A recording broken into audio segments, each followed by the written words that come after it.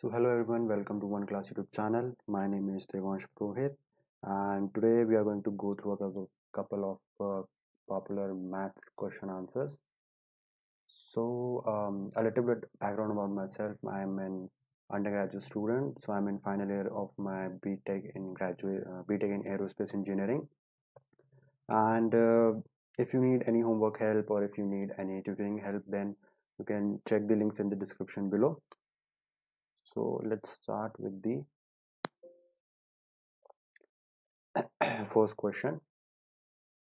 So the first question says that what is the square root of 2?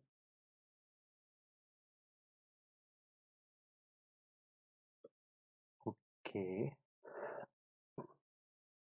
let's see the solution. So to get the square root of a number, we first express them as the product of its prime factors. Group the factors into similar pairs and extract the root. In this case, we have 2. Since we know that 2 is a prime number, its only factor is 1 itself. So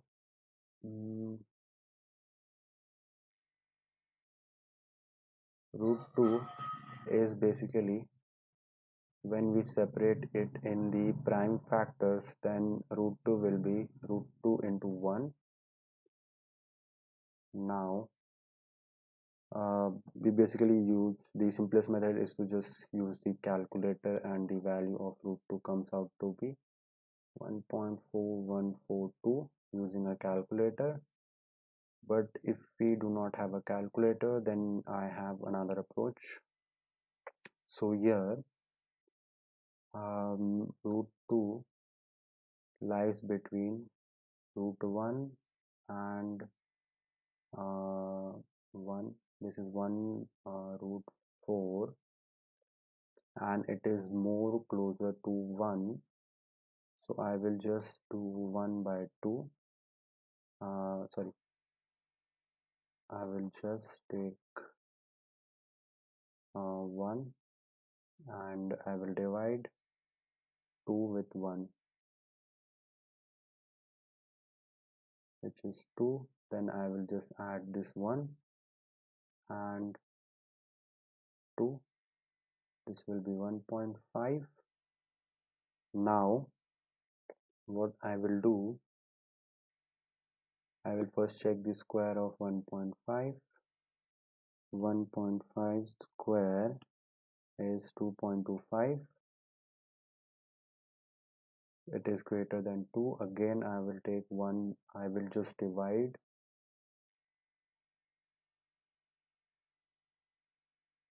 2 by 1.5. I will get 2 over 1.5, 1.33. 1.33. Then I will do 1.33 plus our previous number was 1.5, and I'll take the average plus 1.5 divided by 2, 1.4166. This will be 1.4166, and it is accurate up to 2 decimal places. If we need to again find if we want to improve the accuracy, we just divide it again by 2. 2 over 1.4166 gives 1.4118. We'll just 1.4166 plus 1.4188 over 2. 1.4188 divided by 2. 1.4166 plus 1.4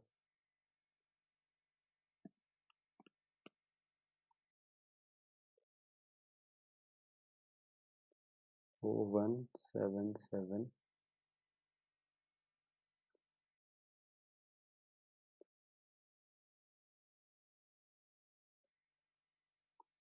So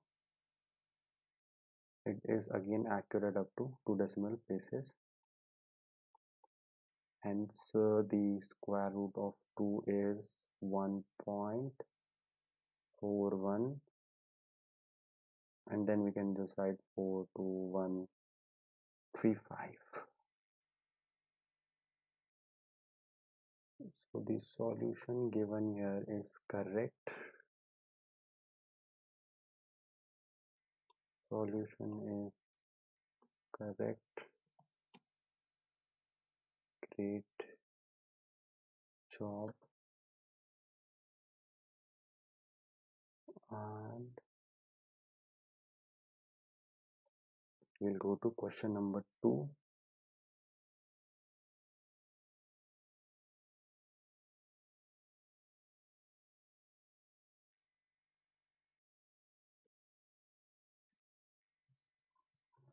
So for question number 2, again we have similar kind of question. We need to find square root of 3. Again, square root of 3 is written as, in prime factors it is 3 times 1, and it cannot be formed into pairs.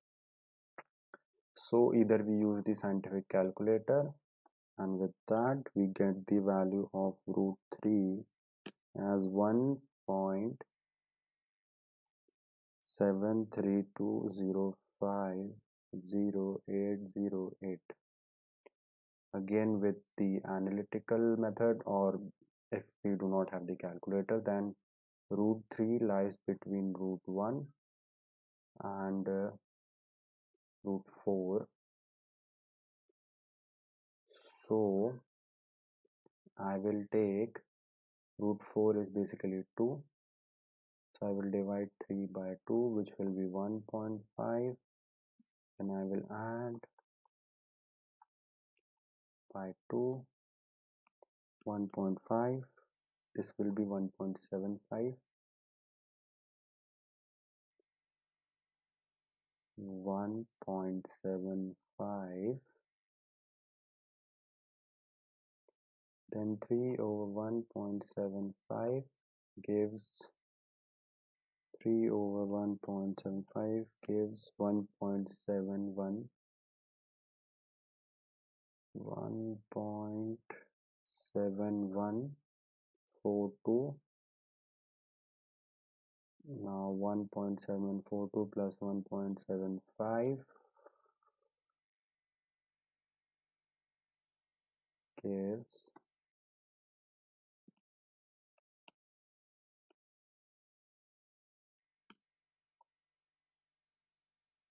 1.73214. 1.732.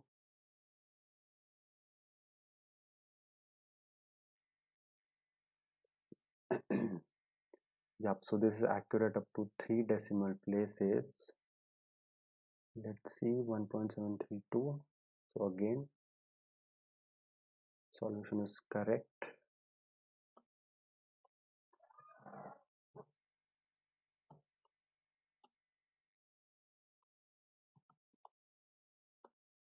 Great job. We'll go to next page.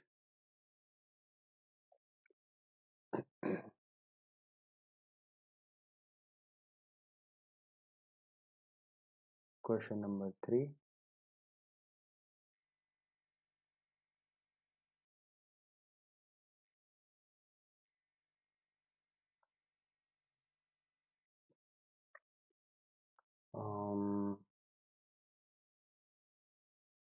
I just refresh this question. Okay. So we need to find the derivative of this thing is not loading perfectly.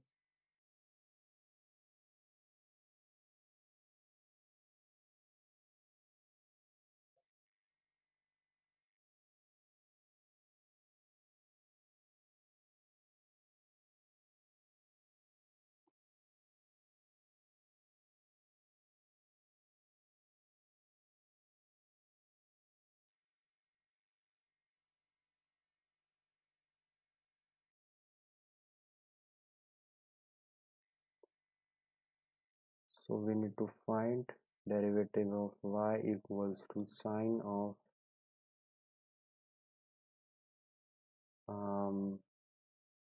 2x. Okay,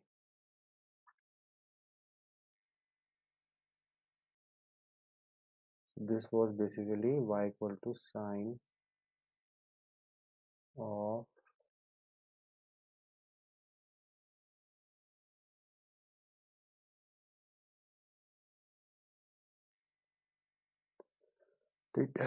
okay, I'll just go through the solution. Demand derivative of y equal to sine left of 2x. The derivative of y equal to sine left of 2x is y prime 2 times cos of okay, so yeah, I got the solution. So we need to find derivative of y equals to sine of 2x. So dy by dx equals to, we will use the chain rule. So first we'll find the derivative of sine. So derivative of sine is cosine, and then cosine of 2x. First we will find the derivative of first function, keeping this 2x constant. Then we'll find the derivative of this 2x. So derivative of 2x will be 2 and x will be 1. So this should be the solution. There is one more method, so we can just write 2x as u, then we take derivative, so dx equals to du, then dx equals to du over 2. Then we substitute the value of u in the equation, so we'll just write y equal to sine of u. Now dy by du equals to, or dy equals to sine derivative of sine u will be cosine of u. Now this will be du, and du was basically 2 times of dx. So we'll put the value of we'll just substitute back the value of u and du. So dy equals to cosine times u was 2x and du is 2 times of dx, 2 times of dx, and we can just divide both the sides with dx. Cos of 2x and dx by dx, this will be 1.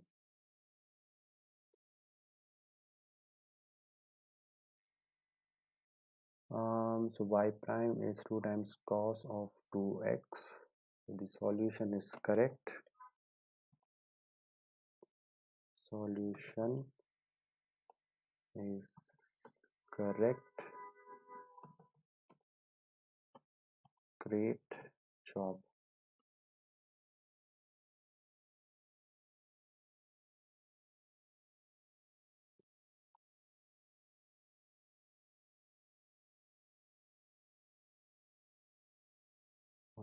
One, two, three, four.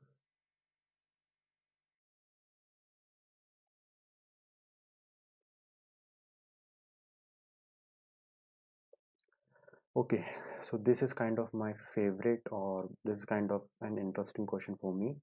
So draw a direction field for the given differential equation. Based on the direction field, determine the behavior of y as t tends to infinity.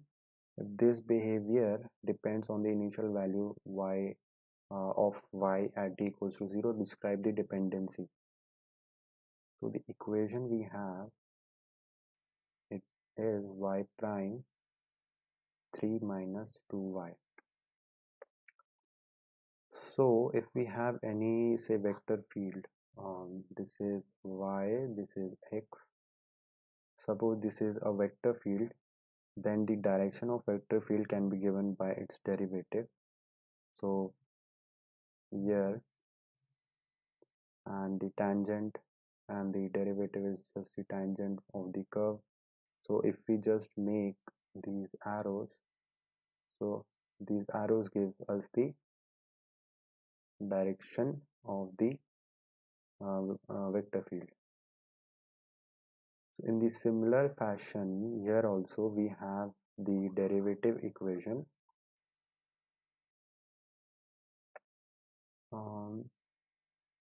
We have been given with dy by dx, or let's just say, because there is no variable of x, so let's just write it as y prime only, which is 3 minus 2y. So for what we are basically going to plot this equation. So yep, so the dy is basically the derivative of y with respect to t, 3 minus 2y. Now I will make a table here.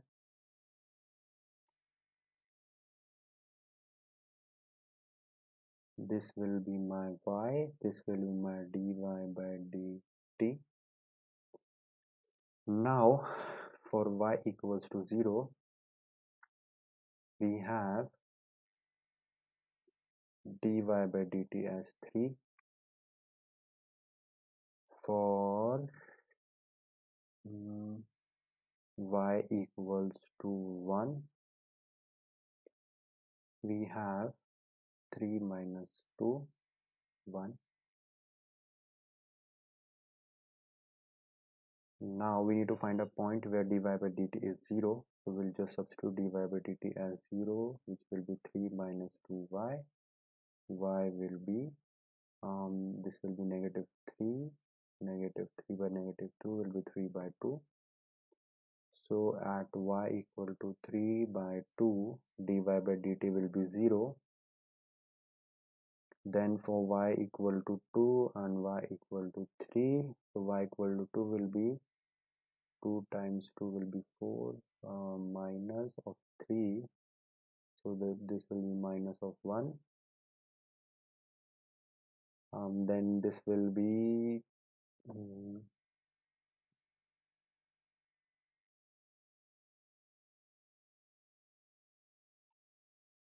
2 times 6 minus of 3, which will be negative of 3, negative of 3. Now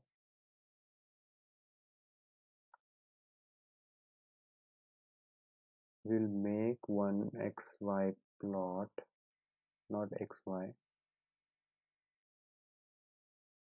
Here we'll have y, here I will be having t, and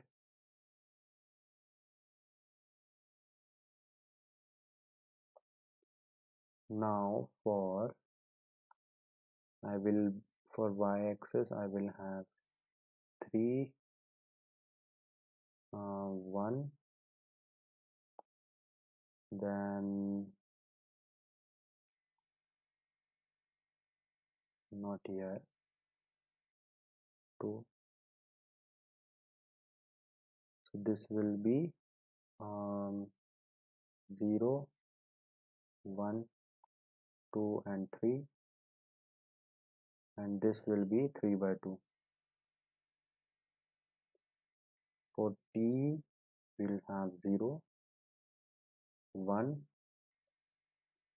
2, 3, 4, 5.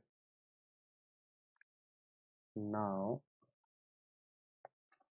when my y is at 0, So from 0 to 1, I have a positive slope of 3. So my direction will be kind of from 0 to 1. It will be kind of like this.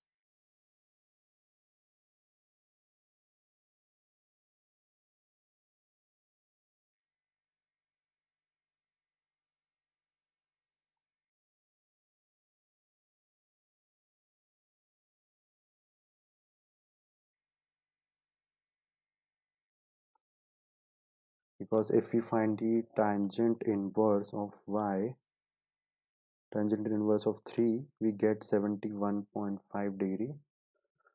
So the angle here should be 71.5 degree approx. Now for tangent inverse of 1, we'll have a line at 45 degree. So the field will be from 1 to 1 till 3 by 2. So I will have a field like this. Angle will be 45 degree, positive 45 degree.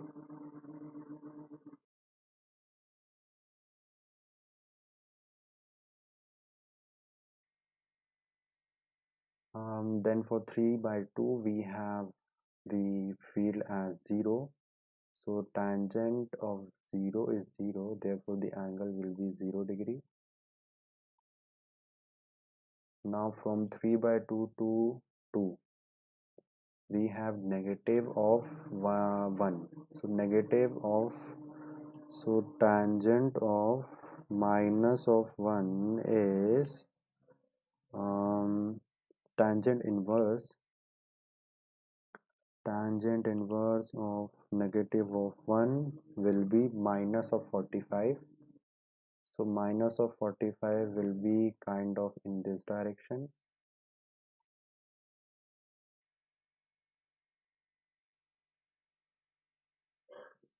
Because in this case, this angle will be 45 degree. Now again for 2 to 3, we have negative of 3 and it will be basically negative of 71.5 degrees. I'll just cross check. Tangent inverse of negative of 3, it is negative of 71.5 degree. So the field will be kind of like this.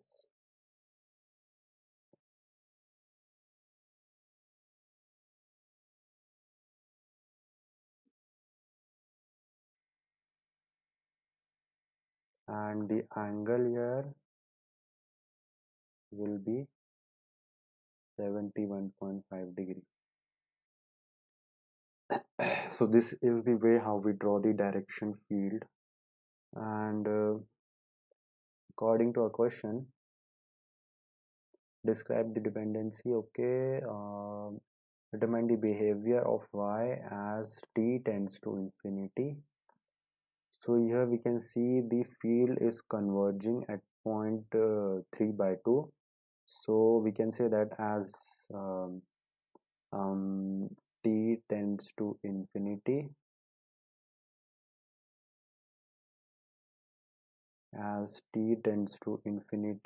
this field is converging at negative of 3 by 2. So y is tending to 3 by 2, not negative, just 3 by 2. So we have the same answer here. Correct solution. Good job. Solution is correct. Now I will just add one more page here, and this will be 1 2 3 4 5. Question number 5. We need to find the derivative of dx of y equals to arc cosine theta is basically cosine inverse of x.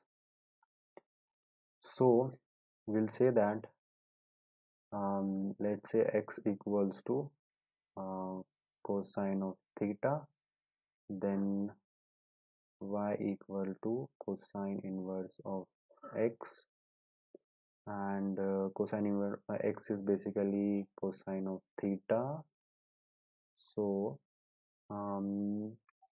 cosine of theta, and this will become y equal to theta. Now we take the derivative of, if x is cosine theta, then dx will be minus sine theta d theta. Now I will take the derivative here, so dy will be d theta, and theta is basically cosine inverse of x, because if x is cosine of theta, then theta is cosine inverse of x, and d theta is basically dx over sine theta.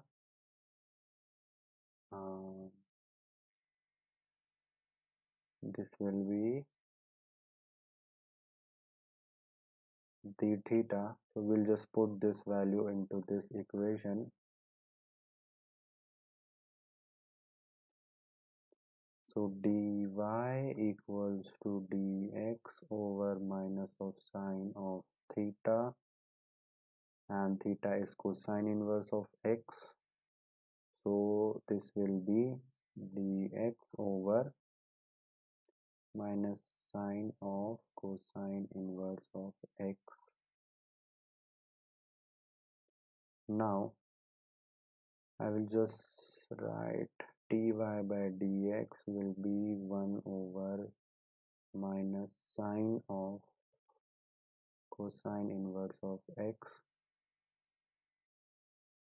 Now for converting the sine,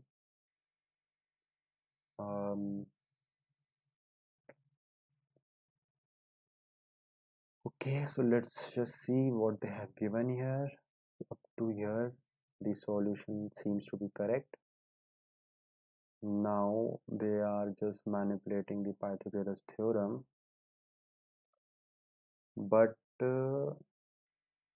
say if we have a triangle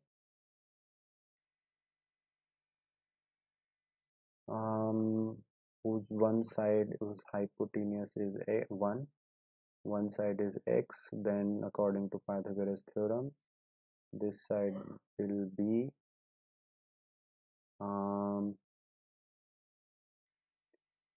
under root of 1 minus x square. Now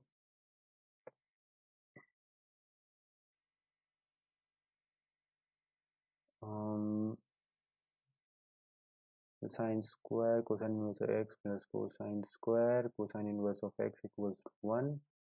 Then we have sine square cosine inverse of x to 1. Then again we have cosine over cosine, this will be just x, so we have sine square cosine inverse of x. Okay, so we'll be using the same property. So we know sine of theta plus cosine of theta, sine square theta plus cosine square theta is 1. We'll put the value of theta, so we have sine of cosine inverse of x whole square plus cosine of cosine inverse of x whole square equal to 1. Now we have This cosine inverse of x will be just x, and then we will have sine of cosine inverse of x whole square as um, we'll just add plus x square will be equal to 1. We'll just subtract x square from both the sides.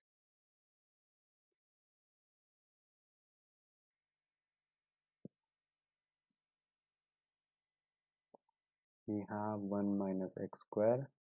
I'll just take the square root. So this will be sine of cosine inverse of x, that is under root of 1 minus x square.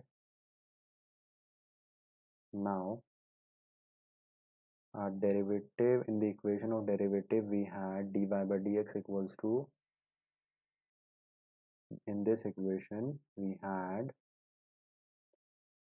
dy by dx equals to 1 over negative of sine of cosine inverse of x, which will be 1 over negative of under root of 1 minus x square.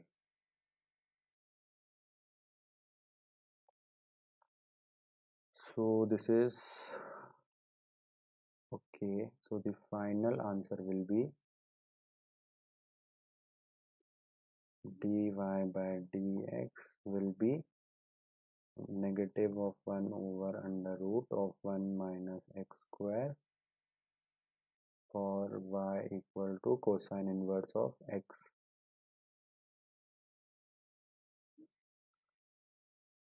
Yep. Negative of 1 over under root of 1 minus x square. Okay, so the solution given here is correct.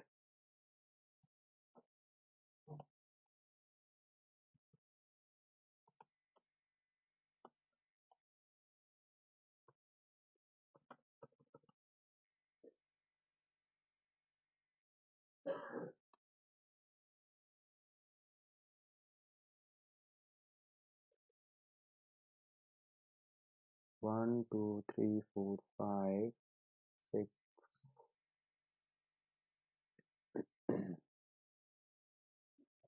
Question number 6. Is a rhombus a square? Okay. Is a rhombus a square? So a rhombus is basically a 2D figure which have all the sides equal. So this is equal to this, equal to this is equals to this, BCD. So for rhombus, all these sides, so AB equal to BC equal to CD equal to DA. Then we have opposite angles equal for rhombus. So angle at A equal to angle at C and angle at D equal to angle at B. Then the diagonals of the rhombus bisect each other at 90 degree. So we have AO. We have AO equal to OC, DO equal to OP. Then angle at O from all these sides will be 90 degree. Now for square. So square,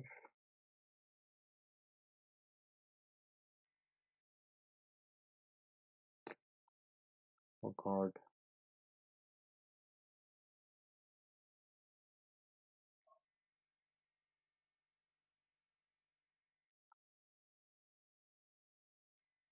in a square we have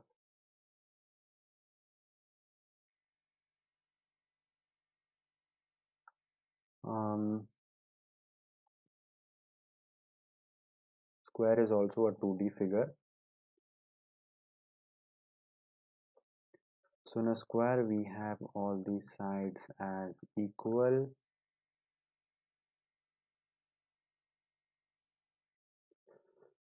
Then for a square all the angles are 90-degree interior angles. So angle at B, angle at C, angle at D is 90-degree. Then in square also diagonals bisect each other at 90-degree. So AO equal to OC and DO equal to OP, and angle at O from all these sides will be 90-degree. So for a rhombus to be a square, we have all the sides equal. This condition is satisfied. All the diagonals are bisecting each other at 90 degrees, so these two conditions satisfied. The condition for angle is a kind of problem. So for for a square, or alternate angles or opposite angles are equal, which satisfy the condition for rhombus. So we can say that every square is a rhombus, but every rhombus cannot be a square. Only a rhombus can be a square if the interior angles, all the interior angles are 90-degree. So this condition should be satisfied for a rhombus to be a square. So figure rhombus, properties of rhombus, kind of parallelogram, all four sides are equal.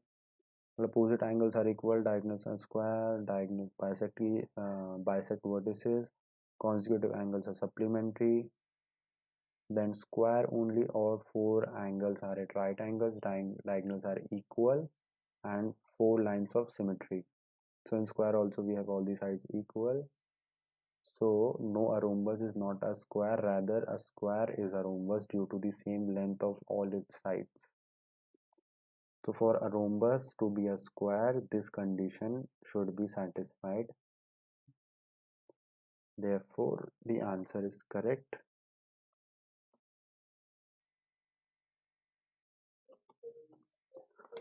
Correct answer here, rhombus RHBUS can be a square only if all the interior angles are at 90-degree.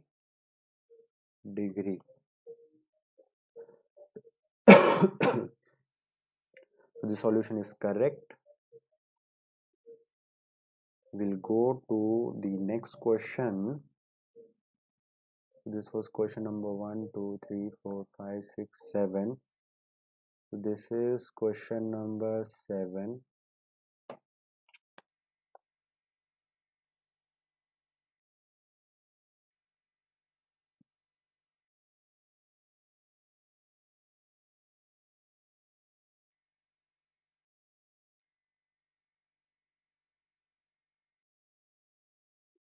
So find an equation of a square root curve of the form y equal to a square root of x plus b that approximately contains the point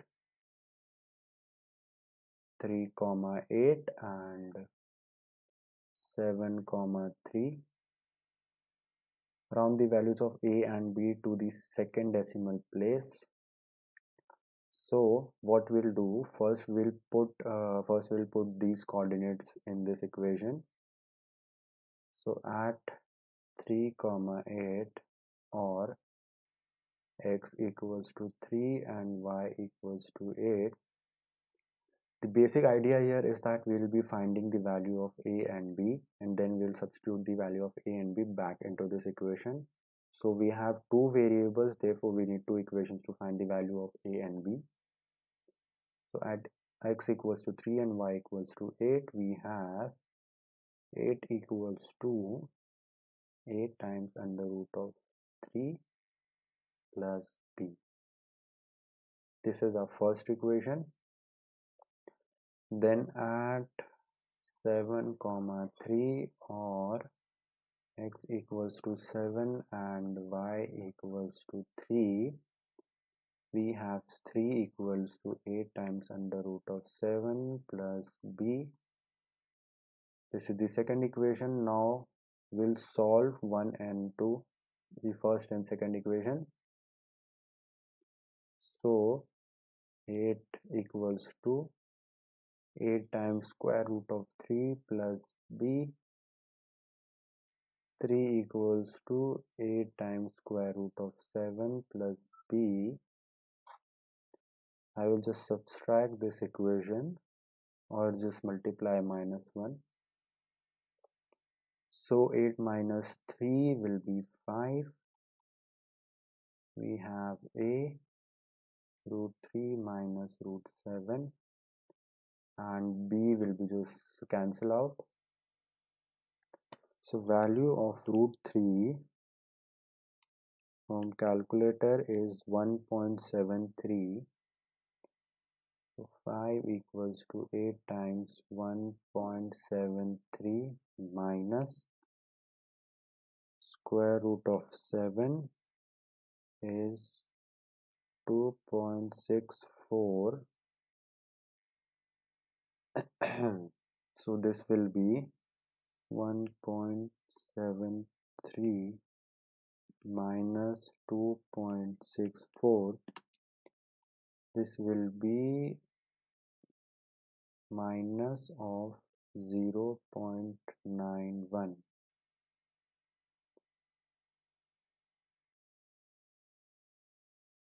I will just divide both the sides with 0.91 or minus 0.91. Then my a will be 5 over 0.91. 5 over 0.91 is 5.49. As it is stated that we need to take the up to second decimal places, so I'm just taking the 2 decimal places. This is my a. Now I'll just put the value of a in this equation. So 8 equals to 5.49 into 1.73 plus b. 5.49 into 1.73 will be this should be minus here. This will be also minus. So a was basically negative of 5.49.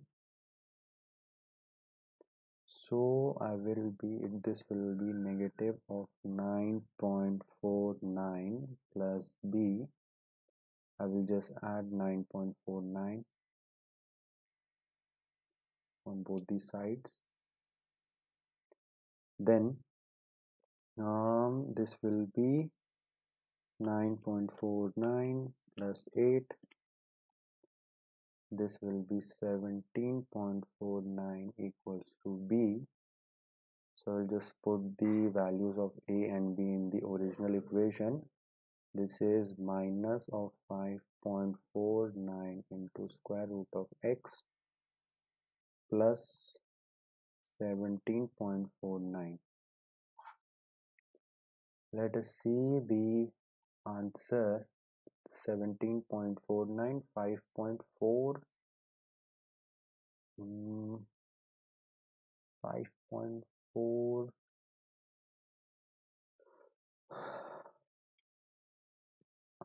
this is 5.47, but in the a we have got 5.49.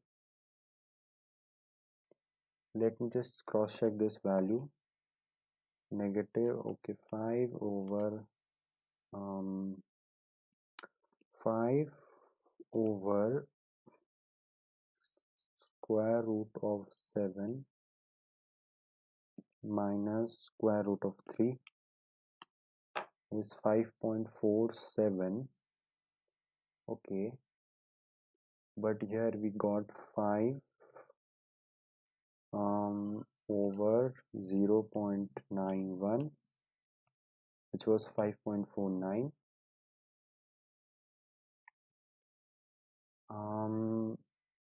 I took here till 2 decimal places. Value of root 3 was 1.73. 1.73 minus 2.64. This will be 0.91. Okay.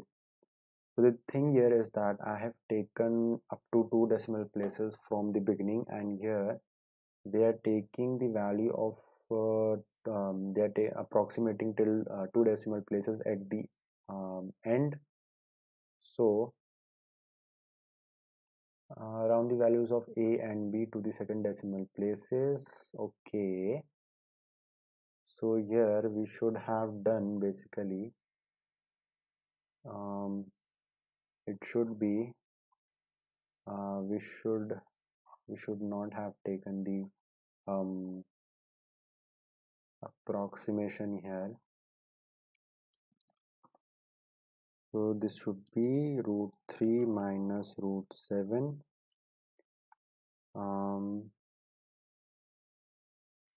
So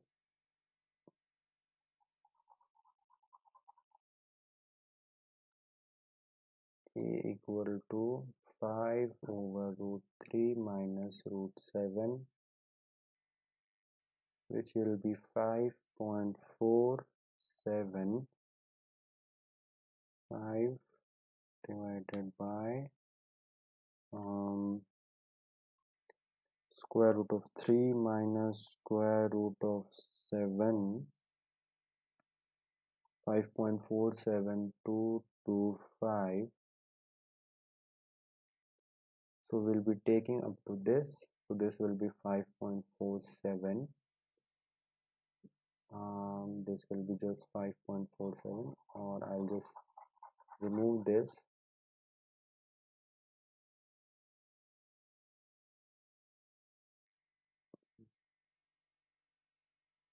This should be 5.47,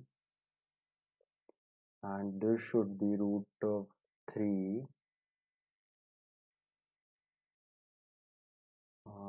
root of 3, then 5.47 times square root of 3 is 9.47.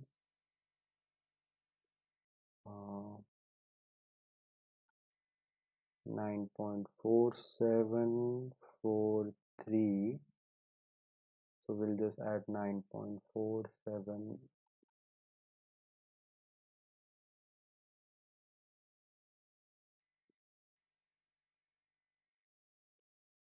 So B will be 9. Yeah, B is 17.49.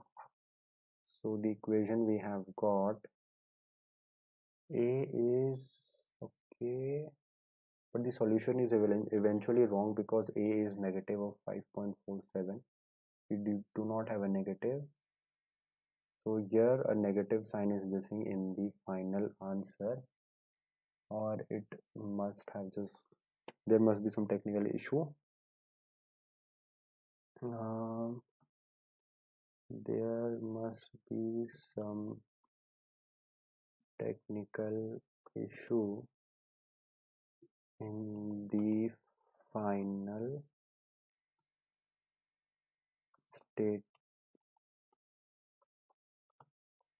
statement.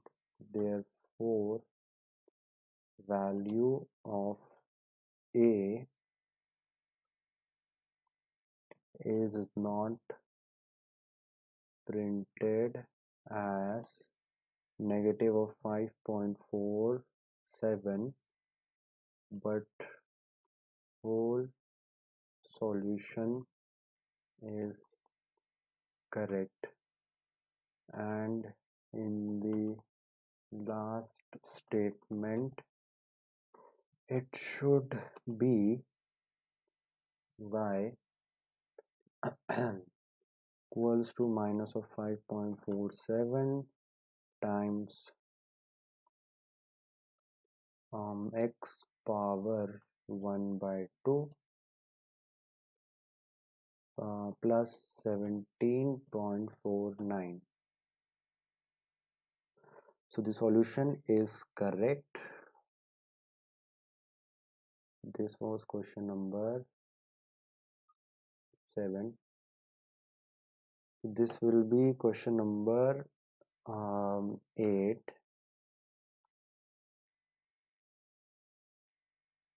Okay, so I can assume that the derivative of function, so this is a kind of general question. So derivative of a function. So for finding the derivative, let's say we have a function f of x is a function of x, function of x. So derivative of function, say derivative of f of x will be f of x plus h minus f of x over h, where limit where h tends to 0. So suppose if we have say a curve, then when we find the derivative, we just get the slope of the curve, or at a particular point, or basically tangent of theta at a particular point. This is the slope of this point, this is the slope of this point, this is the slope of this at this point. So this is the pretty much formula. So let's just try with one example. Let's take f of x. You may recall something called difference quotient from an algebra pre-calculus course. The difference quotient of a function f of x is a formula that gives the slope of the line through any 2 points with the x coordinates and x plus h on the function. So okay, this is correct, pretty much the same thing. So let's take an example as 2x square minus 5. So according to a formula, we need to find x plus h, which is 2 times x plus h whole square minus 5. So we have the derivative, h tends to 0, minus f of x over h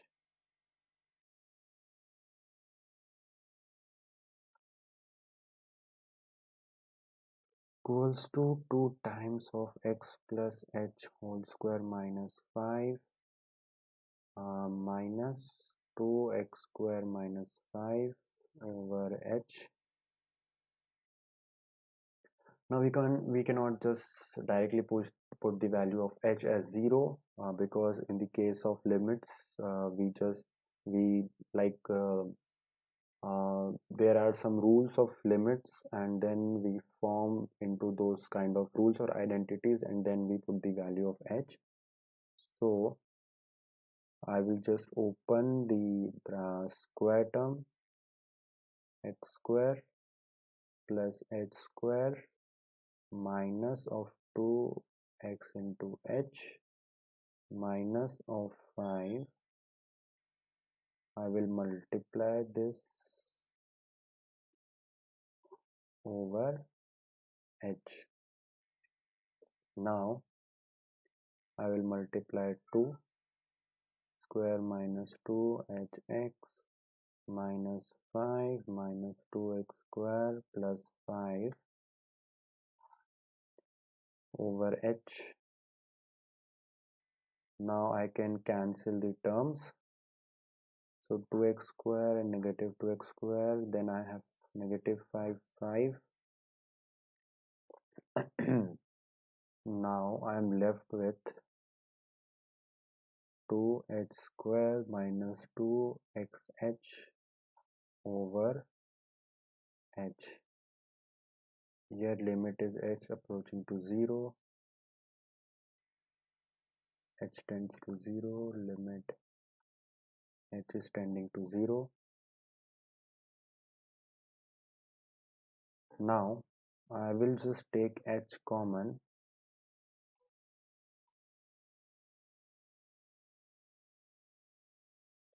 H tending to 0. I will take h common and I will write 2h minus 2x over h. So h and h gets cancelled.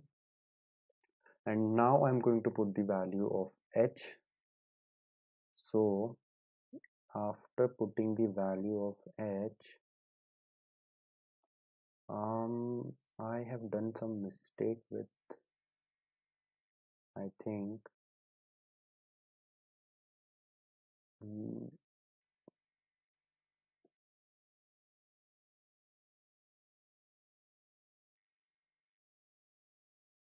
this is 2x square minus 5x, 2x square plus 4hx.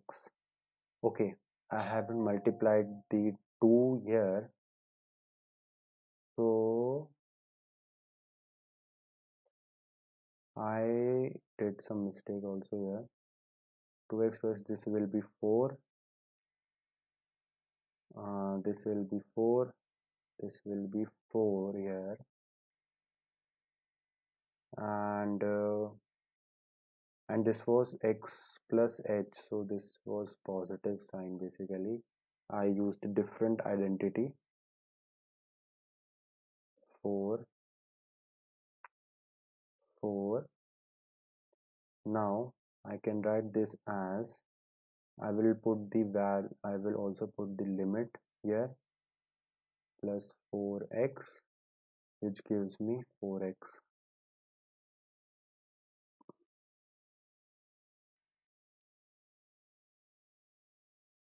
So the answer is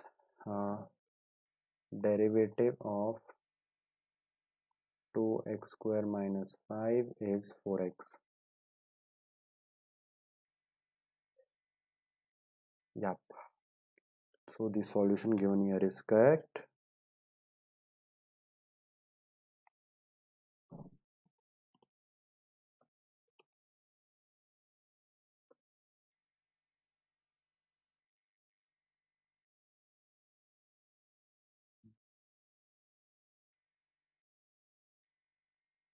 This was question number 8. Now I will go to question number 9.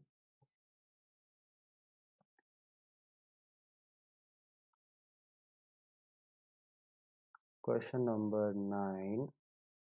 How to use double angle identity for sine. So double angle identity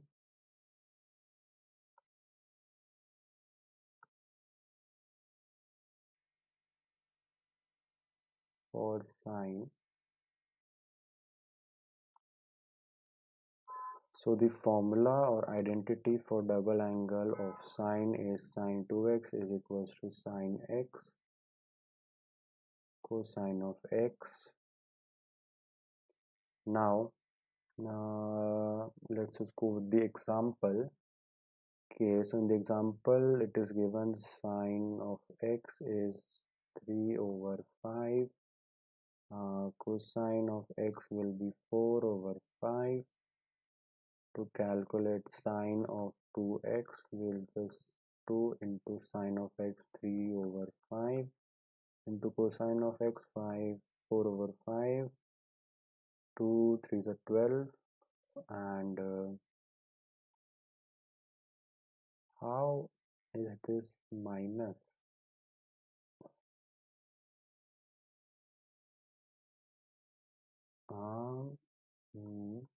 24 over 25. This will be sine inverse of 3 divided by 5 is 36 point, so x was 36.86 degrees and 2x will be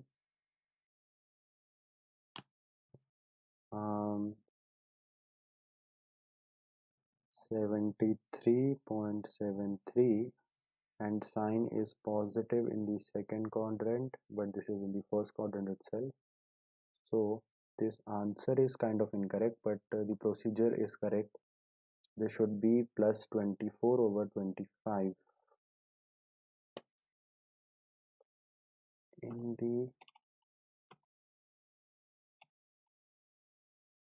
There is error in the last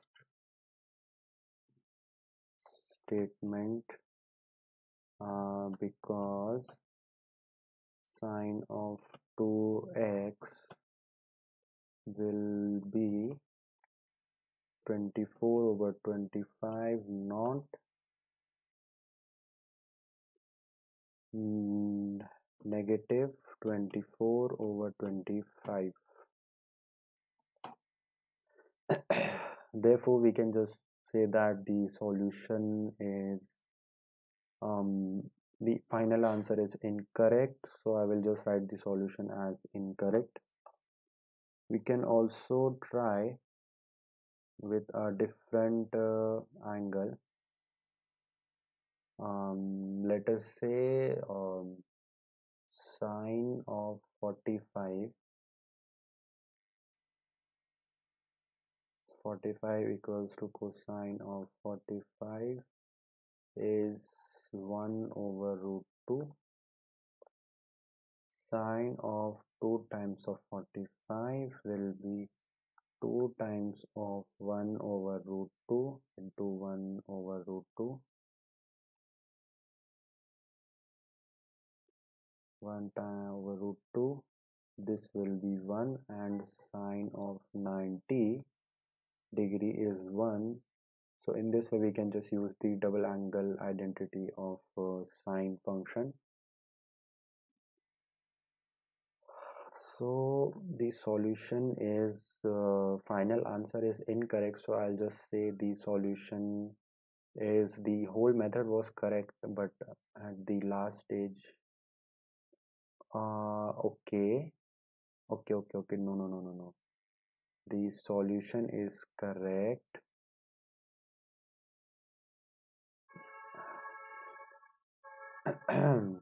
The solution is correct because the cos is given as minus of 4 over 5. So sine of x was 3 over 5 and cosine of x was negative of 4 over 5. So when we go for sine 2x, we just write 2 times 3 over 5 times minus 4 over 5. This will give minus 24 over 25. Yep, so solution is correct. There was the mistake from my side. Correct solution. Great job.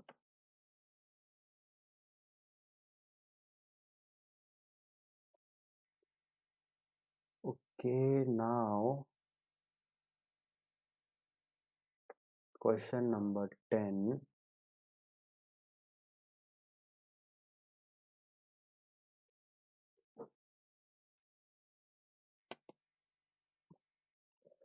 What is square root of 11?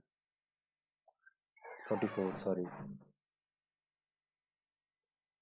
So to find the square root of 44, I can write 44 as 4 times 11, and square root of 4 is 2 into 2 or 2 square, which is 2 times root 11, which will be 2 root 11, and then we can use the calculator also to find the root of 11.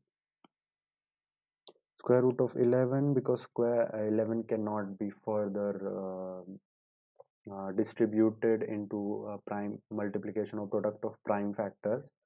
So square root of 11 can be calculated with calculator, which is 3.316, and I'll just multiply this by 2 and I will get 6.633 up to 3 decimal places. So the square root of 44 is 2 root 11, 6.633. If we do not have the calculator, then we can find the square root of 11.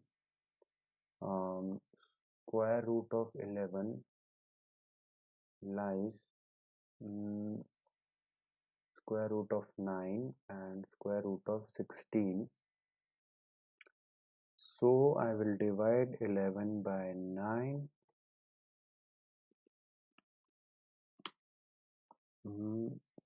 This is 1.22.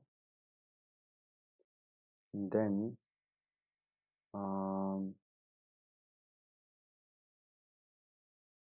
11 by 9, 1.22. Sorry, I will just divide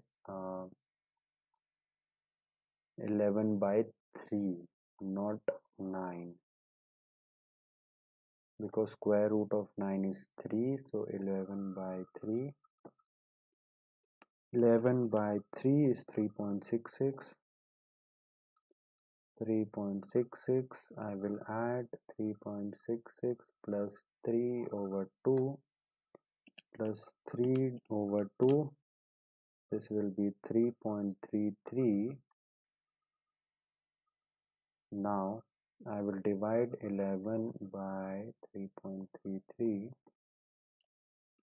1 over 3.33, 3.30, 0.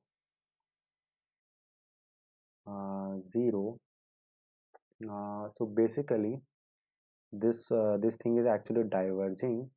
So instead of using this because this is diverging from the actual answer, I will divide 11 by 4. So I will divide 11 by 4. 11 over 4. No, this is not diverging. Yep, square root of 11 is 3.316. So yep, okay, we have got up to first decimal place. 3.3 plus 3.33 over 2. 0.3 plus 3.33, 3.315. So this is correct up to 2 decimal places. We can just repeat this process. 11 over 3.315, 11 over 3.315. So this will be 3.318, 3.318 plus 3 and 5 over 2. This will give 3.318 plus 3.315 over 2 will give 3.3165, and so we have got up to 3 decimal places. Then for root 44 I can just multiply 3.3165. I will get 6.633,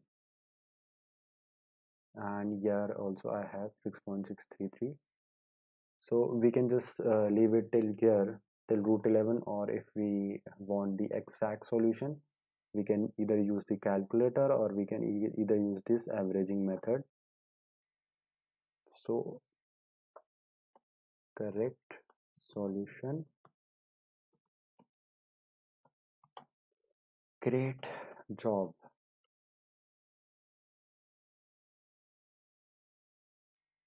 Question number 11.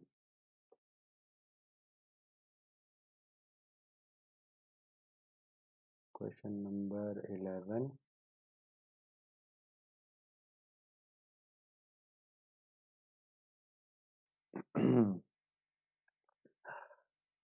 So the question number 11 is, how do you use the fundamental trigonometric identities to determine the simplified form of the expression? So usage of fundamental trigonometric identities.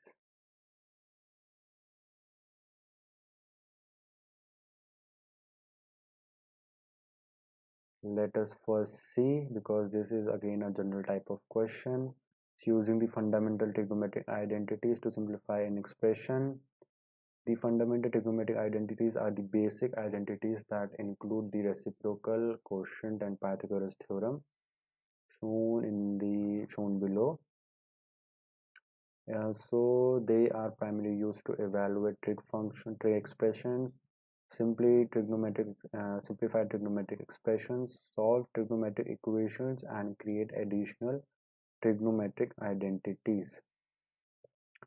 So the basic ones are cotangent of theta is 1 over tangent of theta, then cosecant of theta is 1 over sine of theta, secant of theta is 1 over cosine of theta, then tangent is the ratio of sine over cosine, and cotangent is the ratio of cosine over sine. Then we have Pythagoras identities, sine square plus cosine square equal to 1. We have tangent square plus 1 equal to secant square. Then we have another cotangent square equal to cosecant square of theta. So let's just try with first example.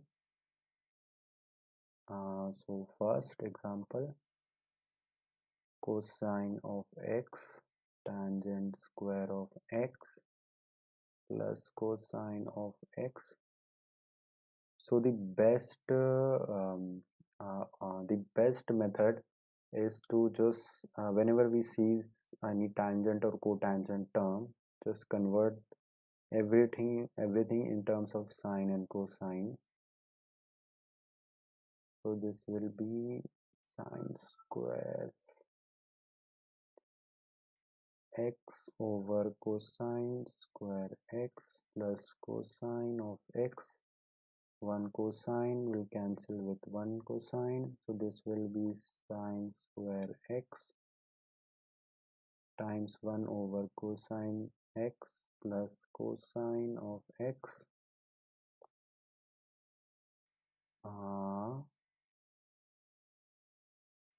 cosine of x. Now I can just take the LCM, so sine square x plus cosine square x over cosine x. This sine square x plus cosine square x is 1, so this will be 1 over cosine of x. We can also write this as secant of x.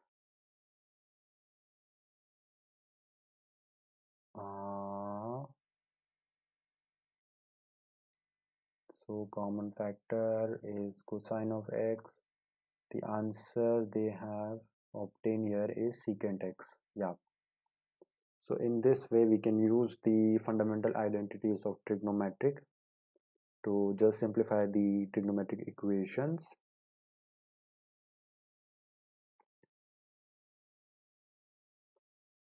correct solution.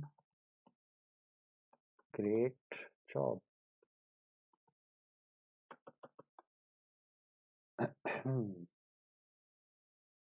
This was question number 11, I think. This will be question number 12.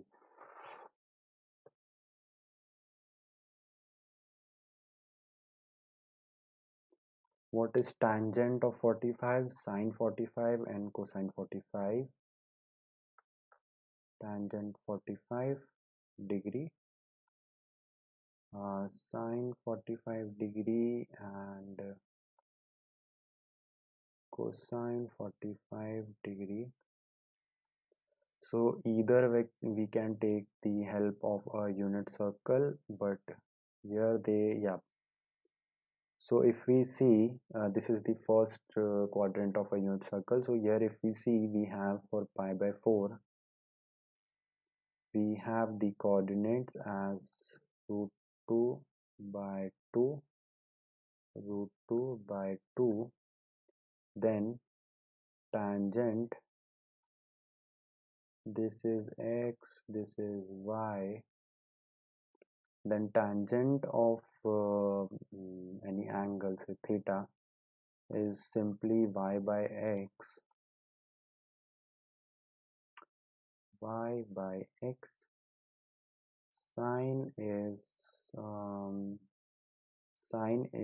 y by under root of x square plus y square, and cosine is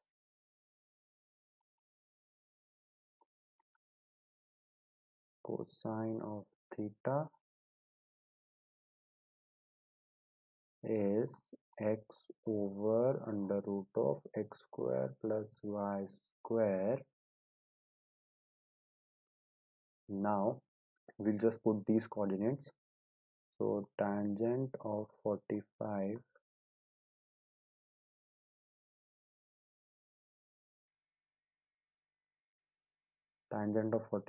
is root 2 over 2 over,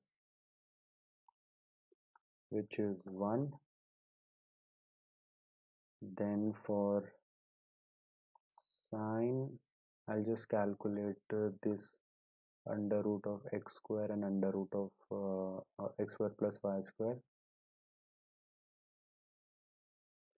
This is under root of root 2 by 2 whole square plus root 2 by 2 square.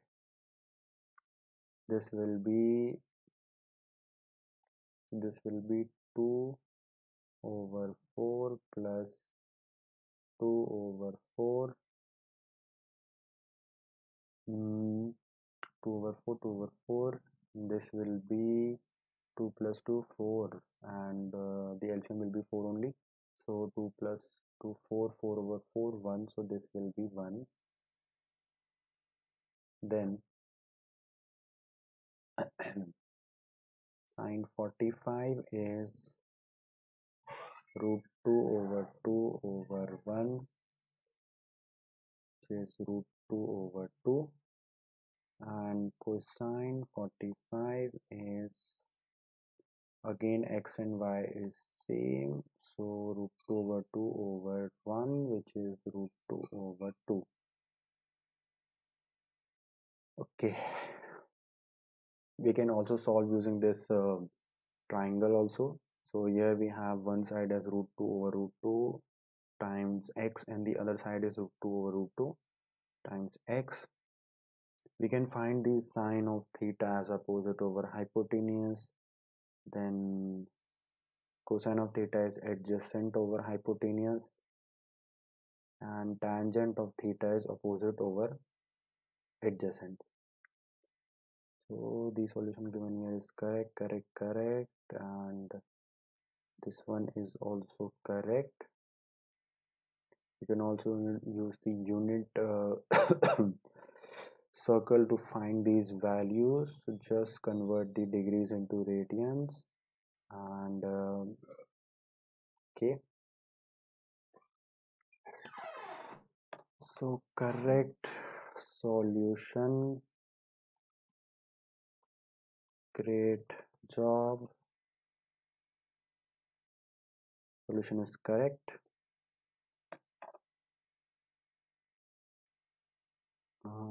This is question number 12.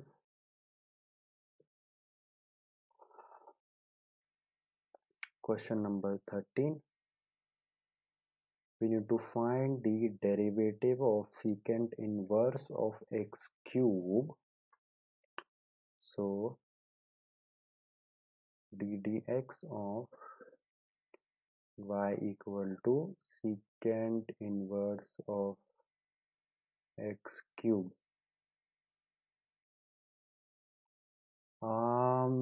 So let's see the solution. The derivative of secant inverse of x cube is formula to be used. We have direct formula for secant inverse of x, which is 1 over x times under root of x square minus 1. Then we have power rule, then we will use the chain rule. So let us first substitute x cube as u. So 3x squared dx will be du.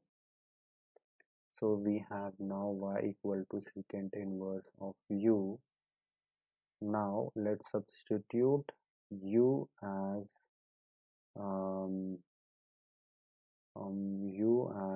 secant of theta. So du will be the derivative of secant of theta is secant and tangent of theta. Secant of theta, tangent of theta, d theta. Now I will take the derivative dy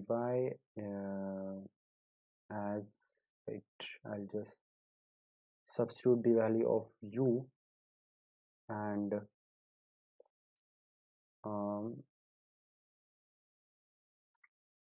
y is equal to secant inverse of u, and u was secant of theta, so y is theta. Now taking derivative, dy is d theta. Now d theta is du over secant theta tangent theta. So dy is du over secant of theta tangent of theta. Now my theta, if my u is secant of theta, then theta will be secant inverse of u. So dy equal to du over secant of secant inverse of u times tangent of secant inverse of u. So this will come out to be du over u times tangent of secant inverse of u.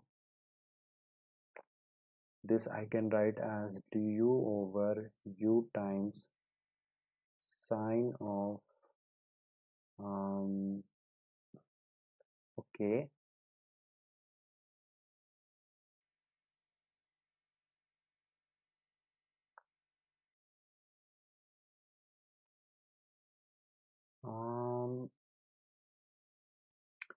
what I will use, I will just write, so my secant is basically secant inverse of u is basically cosine inverse of 1 by u, and my cosine inverse of say z is sine inverse of under root of 1 minus z square. Let me just cross check this identity. So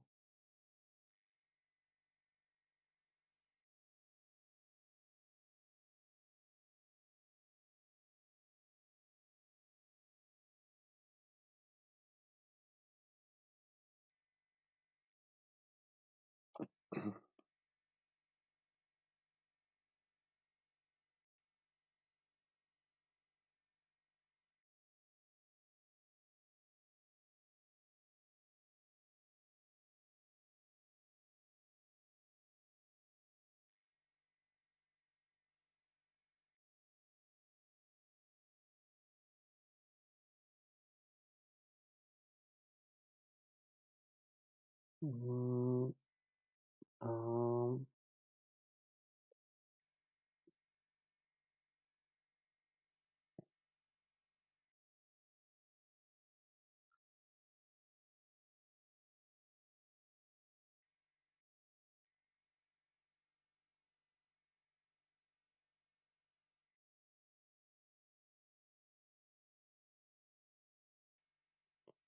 converting sine into cosine.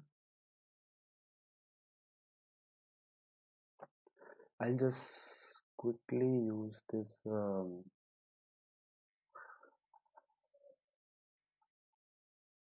I'll just quickly use the Pythagoras theorem here. So sine square of x plus cosine square of x equals to 1. Then we have cosine square x as 1 minus sine square x if x is sine inverse of say theta. Then my cosine of sine inverse of theta will be under root of 1 minus this will be sine inverse of so this will be theta square. Okay. Yeah, so cos of sine inverse of, okay, the property is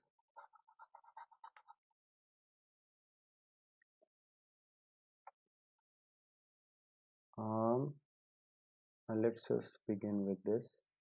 So du will be u times tangent is sine over cosine, and this will be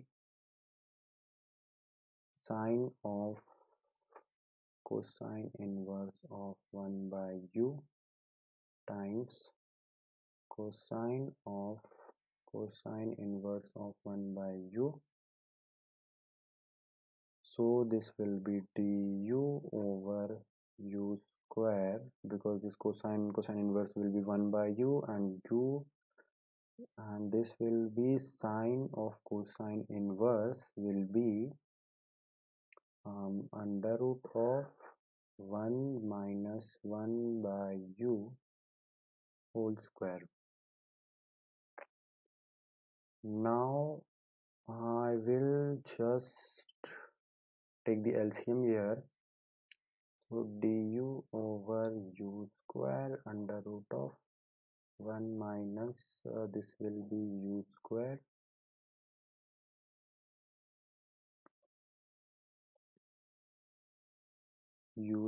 minus 1 over u, because this u square will come out of under root and this will be u, and this will cancel.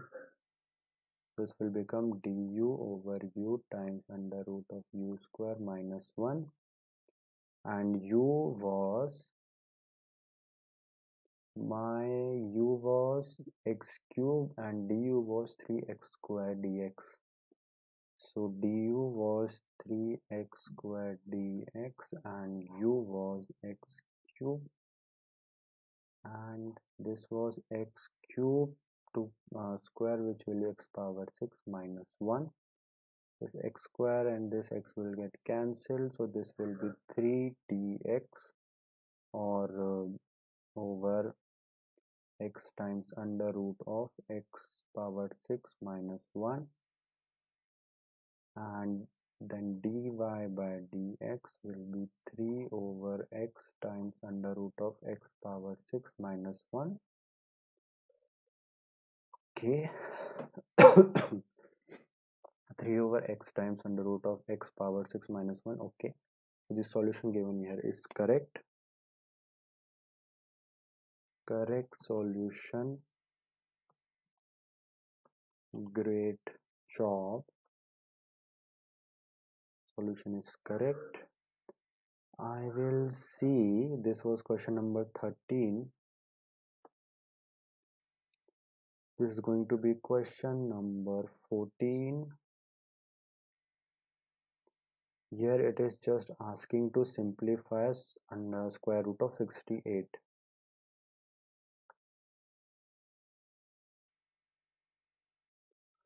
So for simplifying, what I will do, we need to distribute this 68 in the product of prime number. So I can use this LCM method. So 68, I will just, this will be 3 times, and this will be 4 times. 34, 2 times, this will be 17. 17 is a prime number, so square root of 68 is square root of 2 into 2 into 17. Now I can take this pair of 2 into 2 outside the square root, so this will become 2 into 17. This will be 2 root 17. So here it is just asking for simplify, not to evaluate. If it was asking for evaluation, we could have just find the square root of 17 from calculator, but in this case we are just using the simplification, and then 2 root 17. So again solution is correct. Solution. Great job.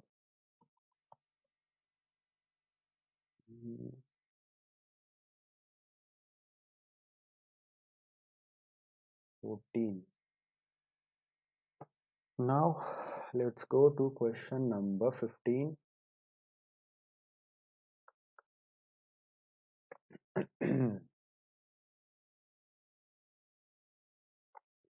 We need to find the integral of y equal to cosecant square of x. Okay, now for this, y is cosecant square of x, and we need to find the integral. So if I take derivative of, let's say z is equals to cotangent of theta, then dz over d theta, we have a direct property which is minus of cosecant square of theta. In the similar way, what we can do here, integration of cosecant square of x dx is equal to, here we do not have a minus sign, so we'll have minus sign for cotangent of x, and as this is an indefinite integration, we'll just add a c. So for cosecant square, we just have a direct formula, and minus cotangent x plus c. Remember that the given function is antiderivative of cotangent x, so that is the answer. Always put a constant c at every answer. It is not always, we are just putting c because this is an indefinite integral.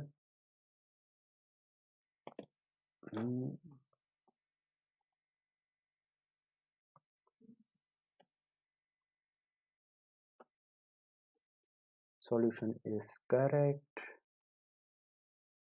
Now this was question number 15. This is question number 16. How to evaluate sine of pi by 3 without using a calculator? Sine of pi over 3. I will just first convert sine pi over 3 into degrees because I am more comfortable with degrees. So pi over 3 times 180 over pi. So this will be 60 degrees. So we need to find sine of 60 degree. Let us just see. Okay, so for that what we'll use, we are going to draw an equilateral triangle.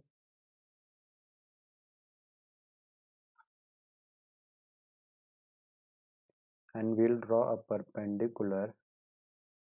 Now for an equilateral triangle, a perpendicular drawn from one vertex to the other edge divides this edge into two equal parts, A, B, C. Now let's say the length of this is 60, this will be 30 now because we have divided. This will be 30 and this will be 30. This will be 60 degree and this is 90 degree. Now let's say the side of the triangle is of 2 units. Then this will be 1 and this will be 1. Now we need let's say this point as T. Now we can use the Pythagoras theorem in triangle ADC. So AD square plus DC square equals to AC square. AC square is 2 square, DC square is 1 square, and we do not know AD. So AD will be equal to square root of 2 square will be 4.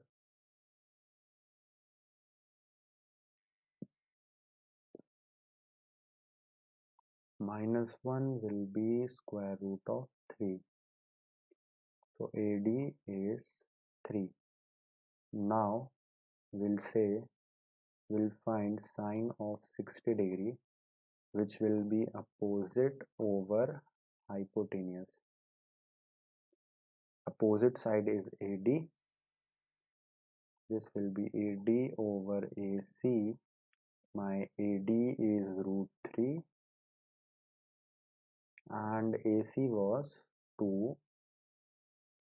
So my sine of 60 degree or sine of pi by 3 is root 3 by 2. Sine of 60 is root 3 by 2. We can use equilateral triangle.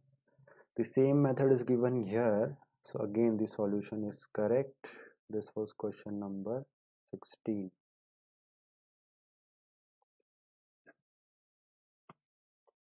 Solution is correct. Nice work.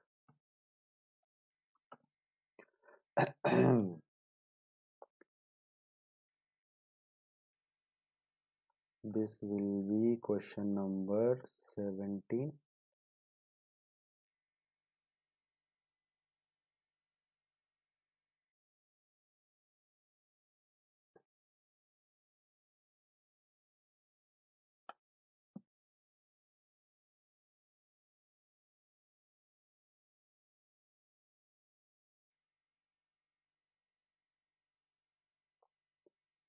So in this we need to find square root of 136. First, the simplest approach, I'll use the prime factorization method. So I'll just divide this by 2 6 times, and this is 16. 16 will be 8 times. Again 2 3 times, 4 times, 2 17 times, and 17 1. So my square root of 136 can be written as 2 into 2 into 2 into 17. Now as this is a square root, we need to make two pairs of prime numbers, and then we can take them outside of the square root. So I have 2 alone and I have 17 alone here. So I can write 2 into square root of 2 into 17, which will be 2 into square root of 34. And this will be 2 square root of 34. Again, same answer is given. It is 2, 2, 2 into 17. We have 2 into 2 into 2 into 17. Then 2 is taken outside. 2 into 17 and 2 into 17 is 34.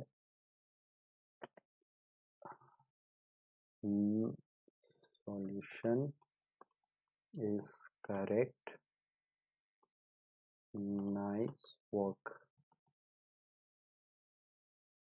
Correct solution. And this was question number 17.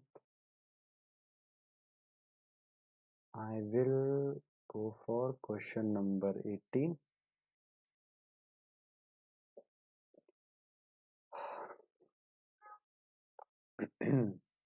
Okay, so an isosceles triangle has an area of 24 centimeters square.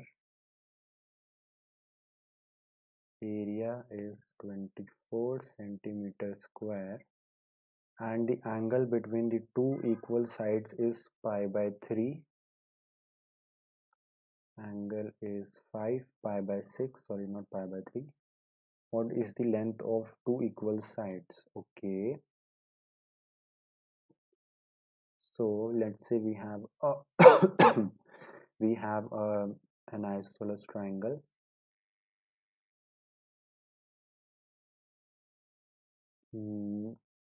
A, B, C. Let's say this, as these sides are equal, let's say the dimension of this and this side is equal to A and this one is B. Now angle between two equal sides is given as 5 pi by 6. Now for calculating the area of a triangle, we have formula area as half of A into B into sine of theta. So in this case, A and B are the two sides and theta is the angle made between these two sides. Now for my isosceles triangle, if I take this side and this angle for this area, so my area given here is 24 centimeters square, which will be A into A because both the sides are equal, and this will be sine of 5 pi by 6. Now this will be half and this will be A square sine of 5 pi by 6, not 60, 5 pi by 6. So sine, we'll just find the value of sine pi by 6. 5 divided by 6 into 180. This is sine of 150 degree.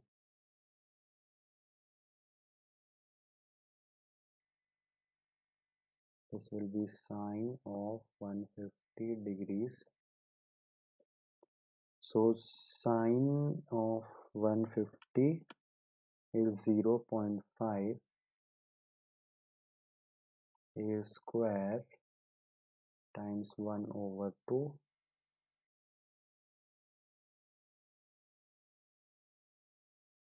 Now I will just multiply both the sides with 2, divide with 0.5 into A square into 0.5,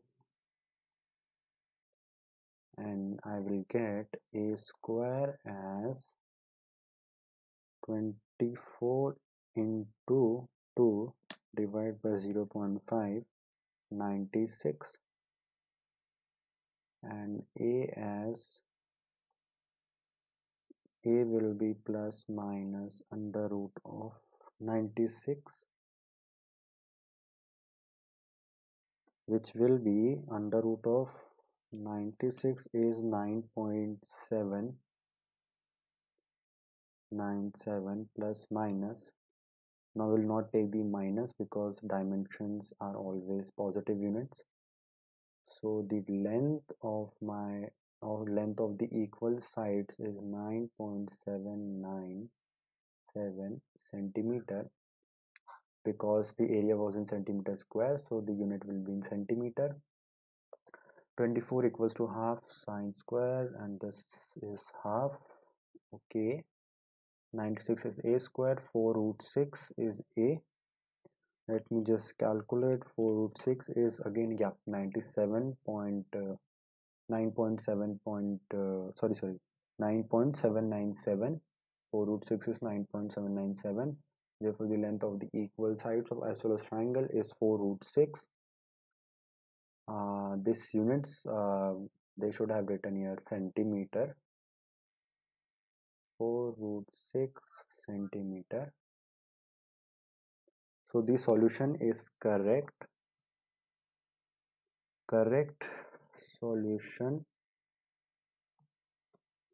length of equal sides is 9.797 centimeter, or 4 root 4 into square root of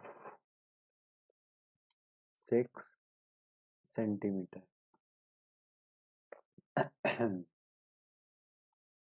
Correct solution. So this is question number 18.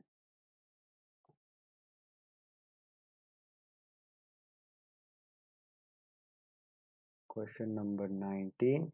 We need to find tangent of pi by 6.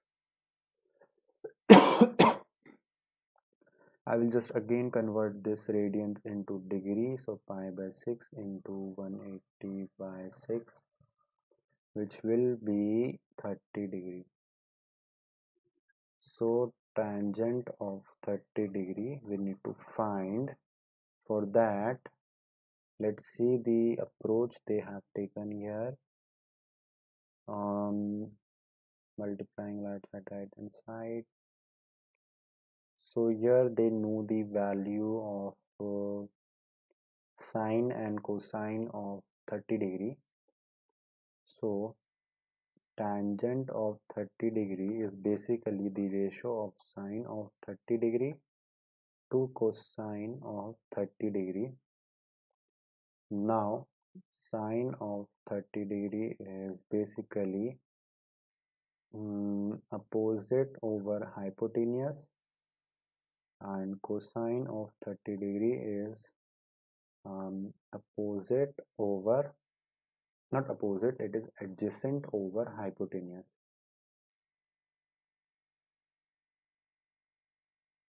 Now if you don't know the value of sine 30 and cosine 30, either you can take the help of unit circle, or we can just take the help of an equilateral triangle. So let's suppose this is an equilateral triangle. Then this will be 60, this will be 60. Let's say this is A, B, C. Let's say the length as 2. Now we'll draw a perpendicular. For right angle triangle, when we draw a perpendicular from one vertex to the other edge, then it bisects the edge into equal halves. So this will be 1 and 1. Let's say this is D, and this angle will also be divided into 30 and 30. Now we can use the Pythagoras theorem. So this side is for Pythagoras theorem, AC square equals to D. AC square equals to DC square plus AD square. Then AC square is 4, DC square is 1 plus AD square. AD will come out to be square root of 3.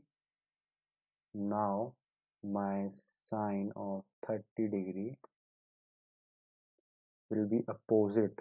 Opposite will be DC over hypotenuse AC, which is DC is 1 and hypotenuse is 2. My cosine of 30 degree will be adjacent side, which is AD over hypotenuse AC, and this will be root 3 by 2.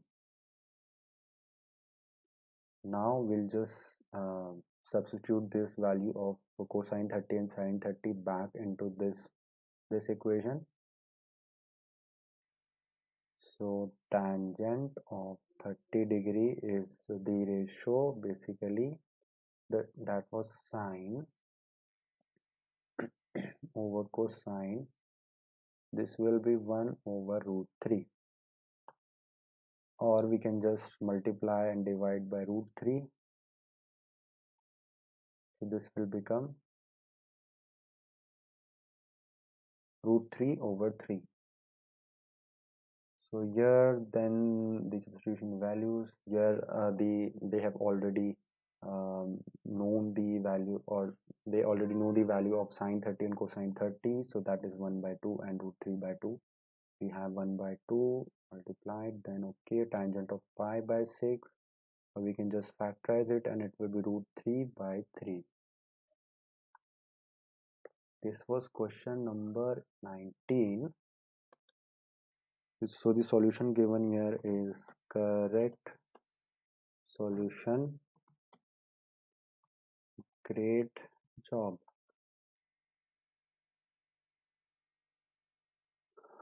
Now we will be moving towards question number 20.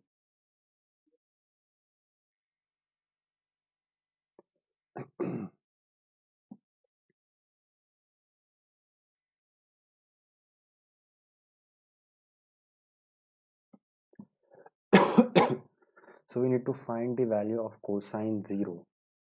Why is cosine 0 equals to 1? Cosine 0 is 1. So cosine is basically adjacent over hypotenuse. Now for 0 degree, I don't even know how can I draw a triangle for 0 degree. Let's say this is a triangle.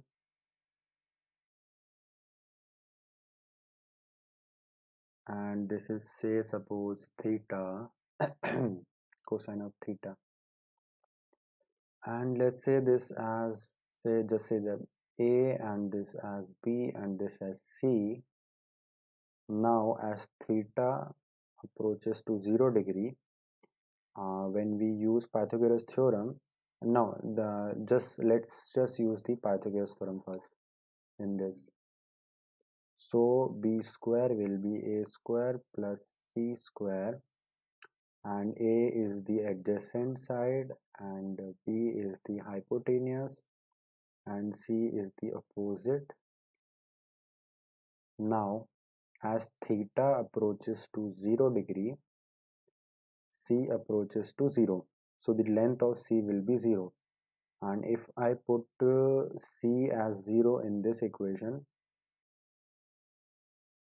then B square will be equal to A square, which implies B is equals to A. Now when I put this for in the expression of cosine, I will get adjacent over hypotenuse, which is A over B, and as they both are equal, I will get cosine 0 as 1.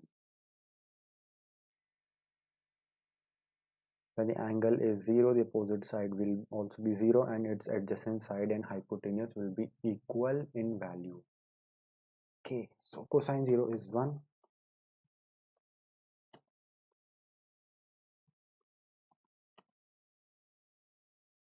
Nice work.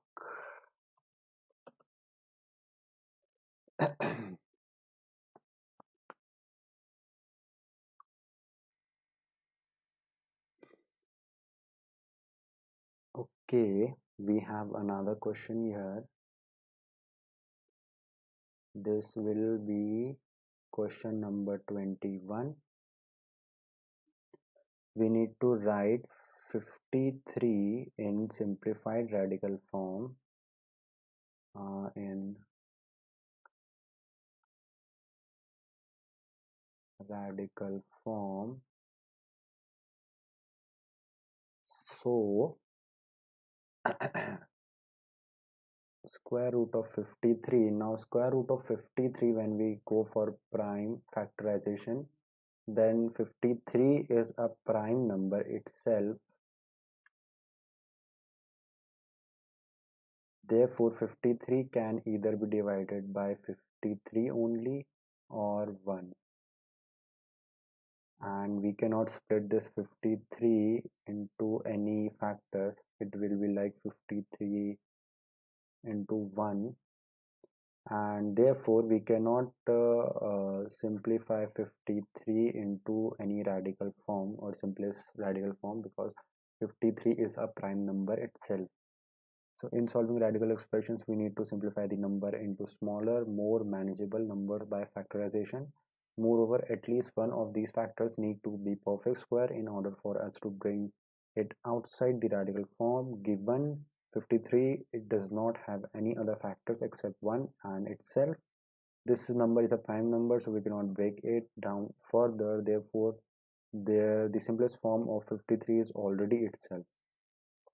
Yeah, so the answer to this question is square root of 53 only. So again, the solution given here is correct. Good work.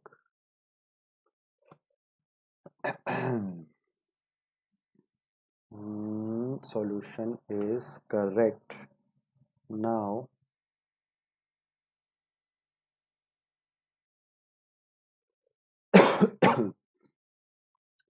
we have another question. This is question number 22. We need to find, or we need to write 4 over 9 in decimal form.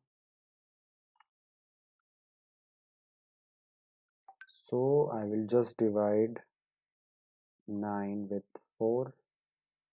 So this will be 1 times 4. Basically this will be 2 times. So sorry, this is 4 by 9, not 9 by 4. 4 and 9. So this will be 0 and I will write decimal. Then 9 will be, this will be 4 times 36, 0, 4. Then 0, 4 again cannot be divided. So again 4 times 36, 0, 4. So 4 over 9 in decimal will be 0.40404, and it will continue. So we can just write up to 1 decimal place. So again, this is also correct solution. Good work.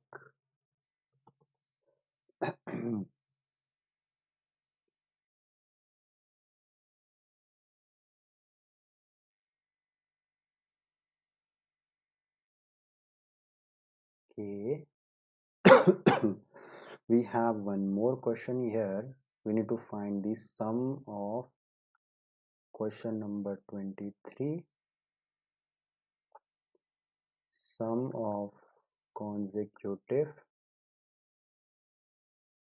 integers. So the general idea for getting the sum of any numbers is just the average of the number multiplied the number of numbers. So this is basically obtained with the help of sequence and series formula. So for arithmetic progressions, we have an as n a1 plus n minus 1 into d, where a1 is my nth term, a1 is the first term,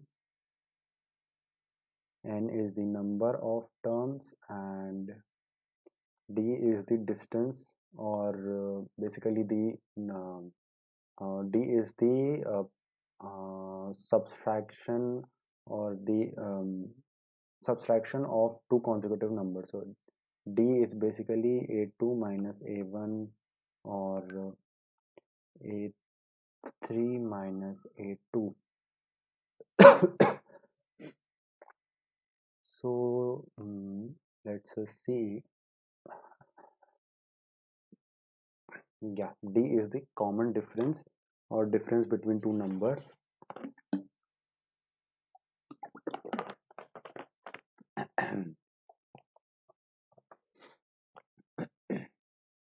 Now we take the average. Suppose, let's say, we have a series of series of odd number up to 13.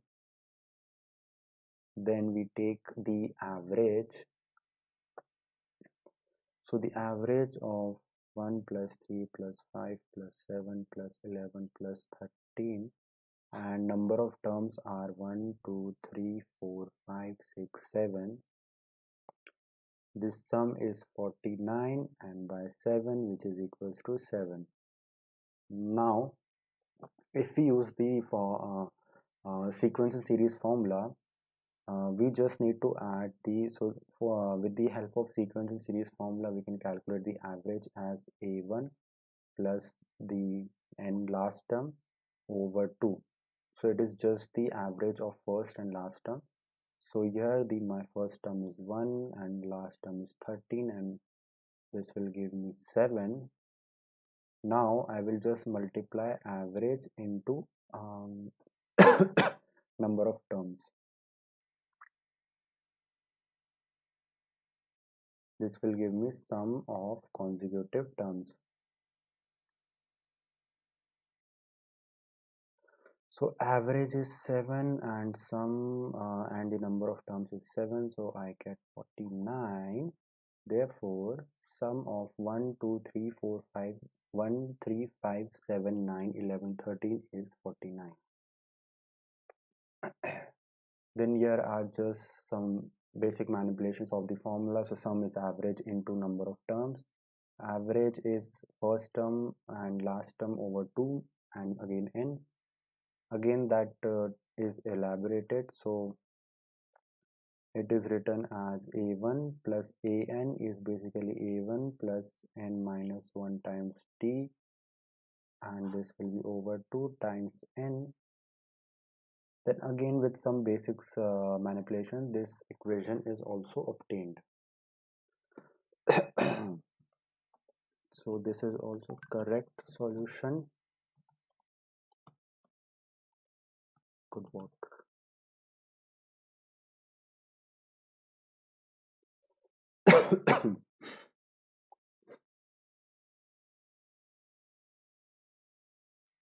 We have one more question here. So the question we have is question number 24. We need to find derivative of d dx of secant of x.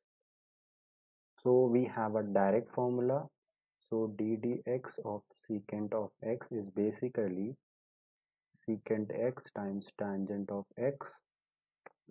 We can also write secant x as 1 over cosine of x. Then we can find the derivative of 1 over cosine of x. I will use the product or the quotient rule here.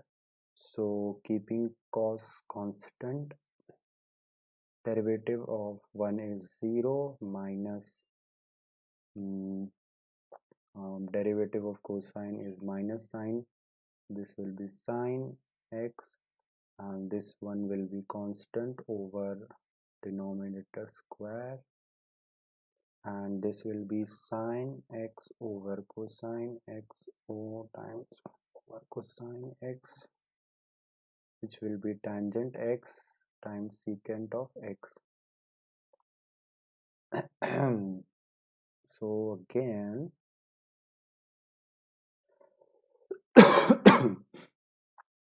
the same thing is applied and the solution given here is correct. So correct solution. Great job. Here is my cursor.